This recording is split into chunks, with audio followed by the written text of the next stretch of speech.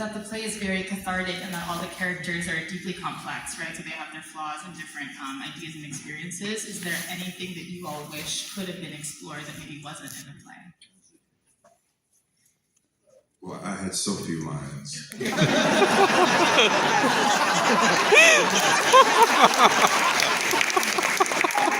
I do wish we could explore more of that. I also appreciate that quality in this play. And while there are definitely some things, I really wish more of that party about Felix actually got more explored with people's responsibility. There are moments when Ruth says, I should have said something, we all should have.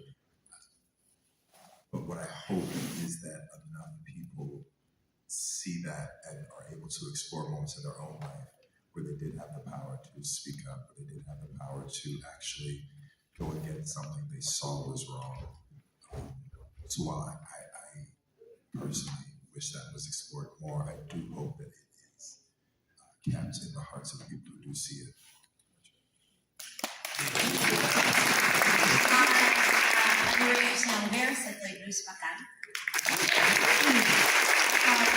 Gina Yee, I played Melissa Hahn. We're just responding to the question that the play was very cathartic and has deeply complex characters, and if there's anything that y'all wish could have been explored more in the story that maybe wasn't touched on. David Lindsay-Bear has done such a wonderful job of servicing 10 different actors, which I think is incredibly tough to do in a play that's this short, and trying to flesh out all of their humanity in the best way he can. I've spoken to Margaret a little bit about this, and I think that there's like a generational shift in Judaism that would be interesting to explore between Willow and Ruth, that we don't really get to dig into. Like, her and I have had personal conversations where we've tried to like lay some of that track in there, but I think that's a conversation I've been hearing from that I think would be interesting, but it doesn't have time in this particular play, obviously. But that's I guess what I would say that I would find interesting to explore.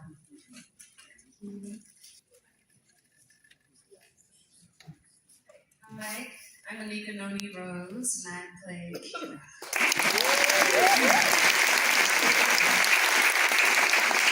Thank you for your question.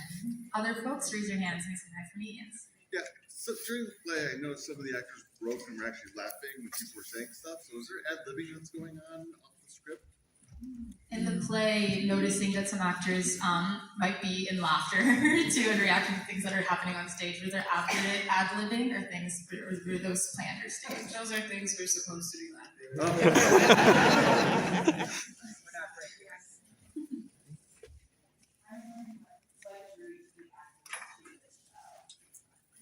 What drew the actors to the show, to this play? Thank you. I'm gonna be selfish because I just happen to have mine. But the script. The script was phenomenal. I read the script. I laughed out loud reading the script. I thought I had never seen a group of such diverse human beings with diverse points of view stuck in the same room, trying to make it work. Everybody feeling right, but being wrong for someone else in some way. And I feel like we are in such a state now as a country that we must find a way to sit in the same room and figure it out and work it out and figure out that my right may not be right for somebody else. And how can we come to a space where no one gets hit by the car and killed? And being really three-dimensional and complex, and just that's very rare.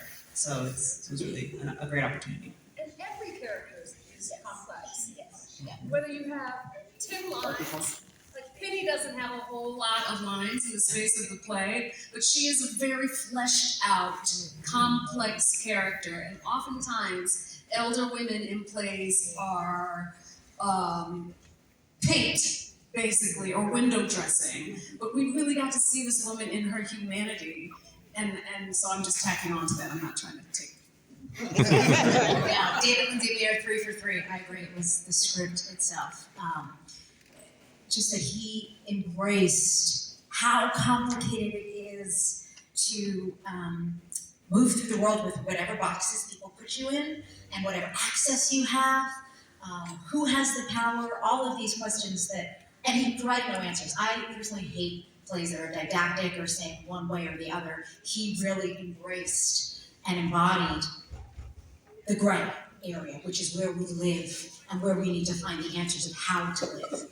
Because everybody's struggling for black and white, and it's just not that. So that's what I was drawn to. And then, similar to what Gina was saying, I've been offered a lot of maid roles or reductive roles or working class roles, which literally serve one-dimensional function of serving a specific narrative that is not of my culture, generally. So to see a character like Luz, who is so deeply layered and complex within a wealthy world, was really important to me. And so just drawn to David Lindsay Bear and his, again, a tribute to him writing 10 beautifully different, diverse voices. Not dissimilar from what this lady said, but for me, I hadn't seen it before. I haven't seen this play before. I've not read this play before. And a lot of times, I would say America is a wealth of creativity. Lately, sometimes it can get a bit repetitive. It can get a bit mundane. It can get a bit, okay, it's a DNC convention. But this was exciting without being preachy, opinionated without being judgmental, and it allowed for humans to breathe in a space. And it also gave, it illuminated a faction of a somewhat forced community that we don't get to see a lot. Also, I was excited by the fact of, I opened the script and thinking, an HOA meeting? Play about an HOA meeting? Okay. And then, before I knew it, I was reading it again, and I was like, this is so great. So, yeah, all of the writing, but also just the humanity of it, and the fact that it did make something different.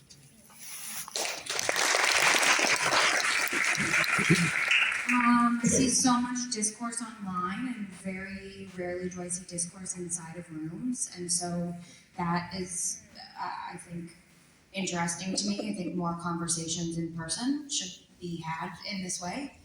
And Kenny Leon invited me along on this. We had just done another play together, very different play, but he asked me to come do this, and then David may have said it early on in the process. He said that Willow was particularly challenging, and they had a tough time finding her because she can be on the page. She can be aggressive and a scold, and there are some people who approached it purely with that function of like, she has to keep these people in check. And I get really excited when that actually occurs on a page, because I know that I can bring more humanity to that. I know that I can make her seen for all that she is and make sure that she's not only serving one function in this script. And so when I see things like that are potentially tricky or challenging, that excites me as an actor, because I know Willows and they are very well-intentioned. And it's not my first time playing a very well-intentioned white woman. But I am always really excited by that notion of like taking someone who could be thought of as one-dimensional and making sure that she is fully fleshed out. Thank you all for listening. First of all, the script was a beautifully universal skewering of everybody. I'm wondering about any blowback that you may have gotten, and I am asking this question because my experience this afternoon was there were two guys sitting right next to us, maybe 30s, 40, ethnically diverse, did not crack a smile the entire show. I was genuinely gobsmacked. So I'm wondering if there has been any of that and whence it comes. Not to us. Fair. So I think that's an interesting conversation about the different reactions that this play might elicit in people, right? Because it talks about different experiences, and I think you mentioned that it's a universal skewering of different ideas and identity perspectives. And so thinking about maybe the different ways that this story might land on folks, and maybe the different ways it landed with you when you first read it, we heard some of that. Every house is so different, I will say, like show to show. There are some shows where you catch the rhythm and you figure it out and you're like, okay, that's normally where this happens. Things have been landing for people in a variety of ways. And I don't necessarily think that there's a right or wrong way to receive any of this information. And so, you know, if it's particularly challenging to the folks next to you and they weren't able to like access their laughter, amen. There are people who have voted on certain nights. There are people who are talking back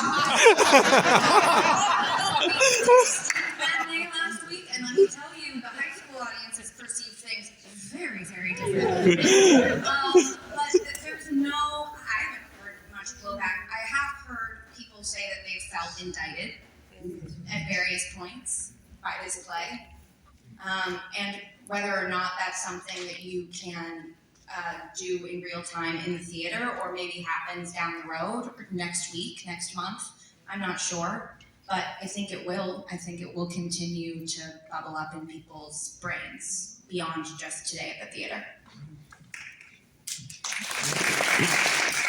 But I think that it will, because what the play does is hold a mirror up to everyone at some point.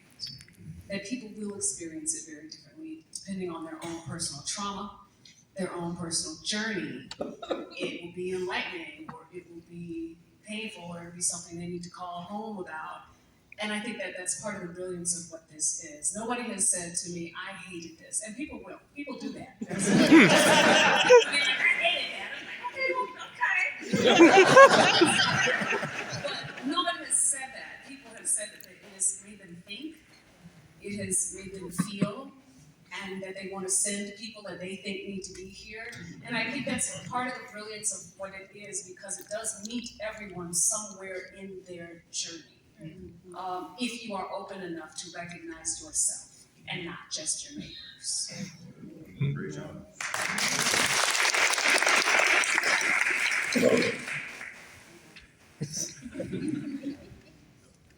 Other questions? Thank you. I'd be curious how the adolescents, the high school students, responded. Because it's a big difference between us and them now. How did the high school students respond at a Yeah. student matinee? So what I will say from the student matinee, and also once during previews, we had a student group up here. They are, from what I observed, there is something very, really exciting to that age group, seeing adults behaving like children. There's also this generation is receiving all of the social information, all of the racial information, all of the sexism, all of the discussing the problem, receiving all of it. So it seems, I could be wrong, but it seems that there's a bit of a relief seeing a group of individuals who they know are also receiving that information, are also living under those circumstances, but aren't being strung along by them. The plot of the show is not what's happening in DC. The plot of the show is not the structural changes that are happening governmentally in this city. The plot of the show is under those circumstances. So because of that, they have been, for the most part, really excited and really invested and really, at some points it's like, we're not even but they have had, and happily, you know, to the wonderful technicians and the to David and to Kenny and to ourselves. Like we're all working together to keep them there. But it was also been really great is some of them have been drama students, some of them have been creative arts, what have you. So they've really, really they've been there with us. Can I ask a question? Oh, are you? I have one thing for you. Go for it. What was very interesting to me looking at the high school students, aside from their responses, which were wildly fantastic and interesting, within the front row, we had Jewish students, which I know because they were in yarmulke. We had 4 young women in burqas on this side, and they were different schools, so it was not like people were sitting segregated. We had black children, white children, Latin children, Asian children, Middle Eastern children, and those were not necessarily the ones in burqa. So watching this little United Nations of high school sit here and take in, I was looking at those kids here in burqa, and I was like, God, I hope that they don't feel hurt in any way. No, they rode with it. Everybody rode with it. And I thought, well, how amazing that these young people can sit here and sit through and listen and feel and take in and enjoy. I really loved watching them. And I try not to watch the audience because it can be distracting or stressful, or that's not why you're here. But sometimes somebody will, be out in like, I don't know, something reflective, and you can't help but see them. But we could see these kids and watch them really enjoy and interact. And they spoke with each other. They weren't like loud and crazy, but they were having conversation during the show about what was going on. And I love it because theater is a very alive thing. And to have young people come and feel alive and connected with a bunch of grown people on stage is a really beautiful, beautiful thing. I'm not gonna say. One interesting observation about how they received Richard's moment at the end with mortality, that is, I think, the one thing that maybe is the biggest difference I noticed, because, I don't know, when you're in high school, you have no concept of mortality. You think you're going to live forever, and in fact, you can't get to adulthood fast enough. Like, you're trying to get there faster. And so the concept of something going too quickly and time moving too quickly and trying to hold that, they didn't respond to because they're just not in a frame of mind to be thinking about mortality yet, which fantastic. Like, I'm so glad that, but it made me remember that feeling like I had so much time, in fact, too much time to get to the things that I wanted, and how that shifts once you enter different ages, that sort of like the sand slipping through the hourglass starts to feel much more rapid, and it doesn't feel that way to them. So that is it's just something interesting I noticed. They were also a little tickled by a one person having a tantrum. Yes, they were. Yes, they were. Very tickled. Of course. And I'll share too, as somebody that works on the learning and community engagement team that organizes the student matinees and facilitates community-based organizations coming to the theater, that all of our groups are prepared to come in. So every class in our student matinee had an NPC teaching artist come into their classroom for 3 visits to do exercises, playwriting, drama games, theater games, all based on the themes and ideas of the production. So they came in excited and hot and ready to receive it.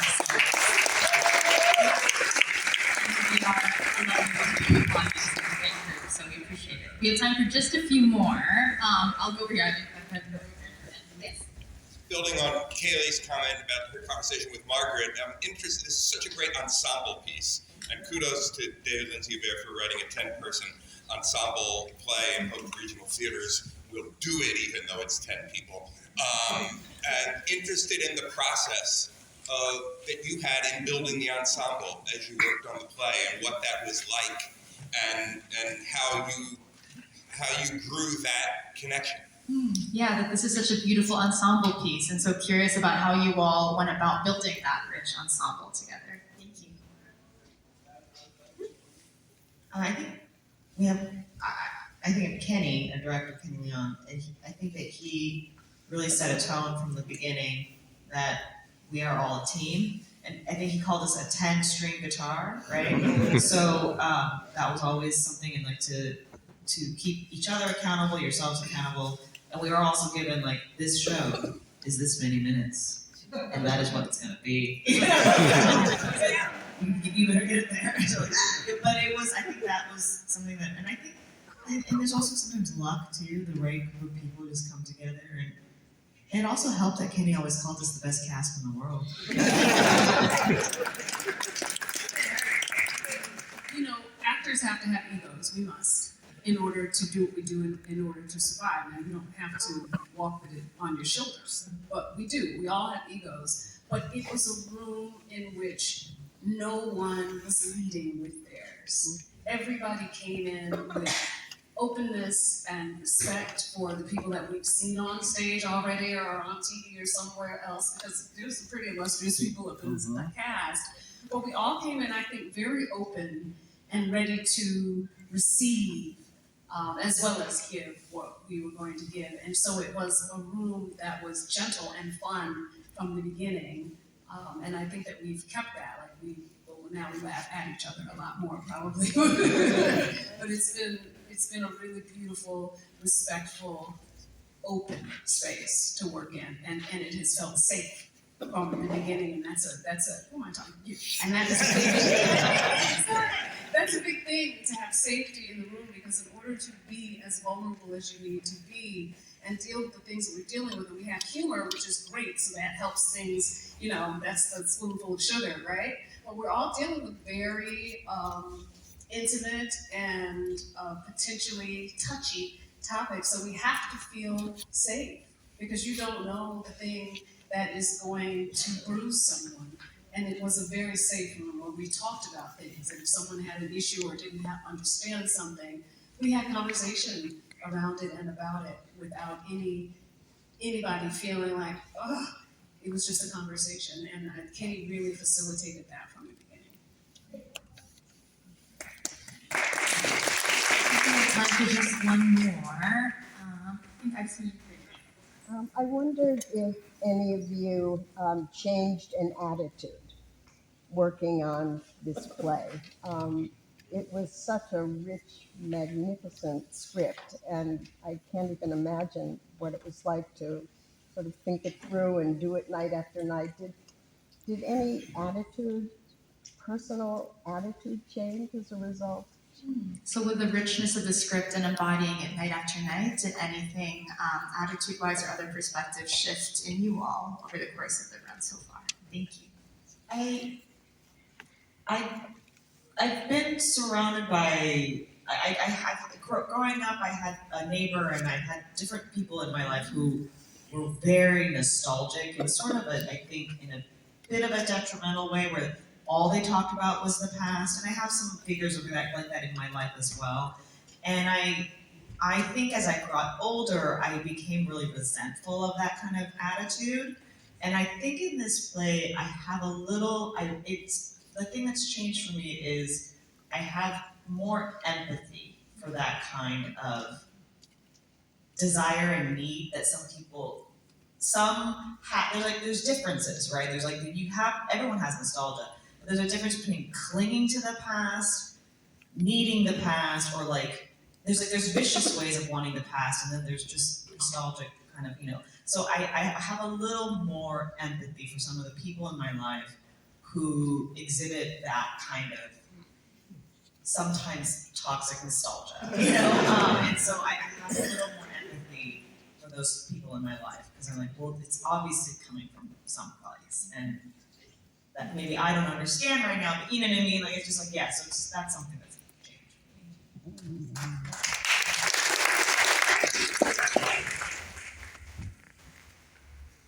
I believe that the character I play has a lot more patience than I do.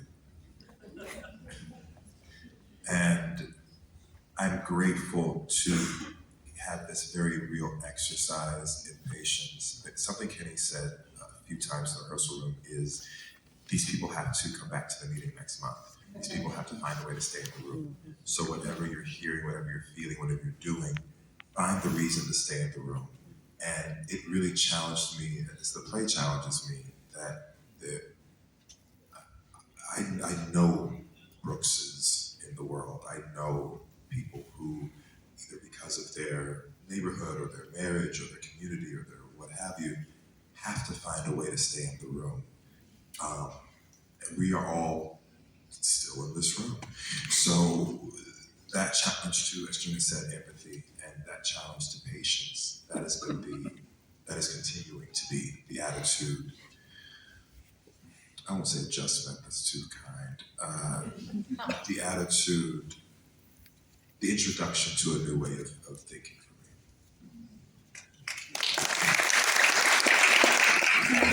It's a two-show day, so we want to be respectful of our after time. Please join me in thanking them.